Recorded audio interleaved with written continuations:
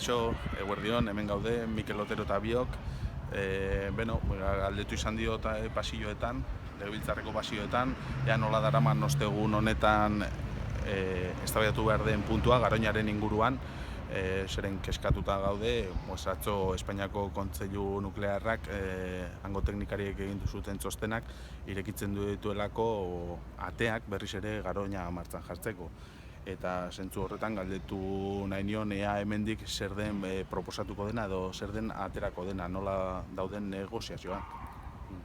Bueno, ona ekarri zuen legez besteko proposamen bat Alderdi Sozialistak, eta legez besteko proposamen hori da, beste hainbat eta hainbaten ondoren etorritakoa, eta hasierako planteamendua zen, hemen deklarazio instituzional antzeko zera bat izatea, Garoña ixtea nahi duela legebiltzarrak, eta hor gauza egin daiteke, deklarazio instituzional batean geratu, edo ekintzetara pasa gintezke, bengoz. Eta zentzu honetan ekintzak eta aipatu dituzula, zen neurri edo zehatzak hartu daitezke zure ustez presioa areagotzeko edo Garoñaren irekiera ekiditu ahal izateko?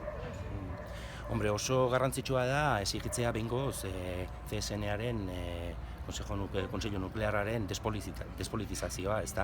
Hor dago Fernando Martí Eskarfausen edo zuzendaria, direktorea, eta argi dago honen kargugabetzea edo CSA eskatu behar dugula, ezta? Hori hasteko. Baina horretaz gain hemen ekintza praktiko hainbat badaude egiteko, ezta? Adibidez, eskatu nahi ditugu txosten juridikoak hemen ganberako zerbitzuei, hilabete baten epean edo esan dezatela zein ekinbide edo zein ekimen juridiko edo administratibo egin ditzakegun, instantzia desberdinetan Garoñaren berririkitze hori ez gauzatzeko, ezta? Hori alde batetik. Gero beste alde batetik garrantzitsua da baita ere, legebiltzar honetan bertan, energia nuklearra ez kontsumitzea, eta energia nuklearra ez kontsumitzeko gaur egun baliabideak baditugu, eta da zertifikazio 100% berriztagarriak zertifikazioak izatea, ezta? Bi neurri horiek gutxienekoak iruditzen zaizkigu. Beraz, aukerak badaude, gauza zehatzak eta neurri zehatzak adosteko, ikusiko dugu zer ematen duen osteguneko plenoko kontu honek, eta gero ere uste dute kanpokaldean ere mobilizazioak egongo direla, ez?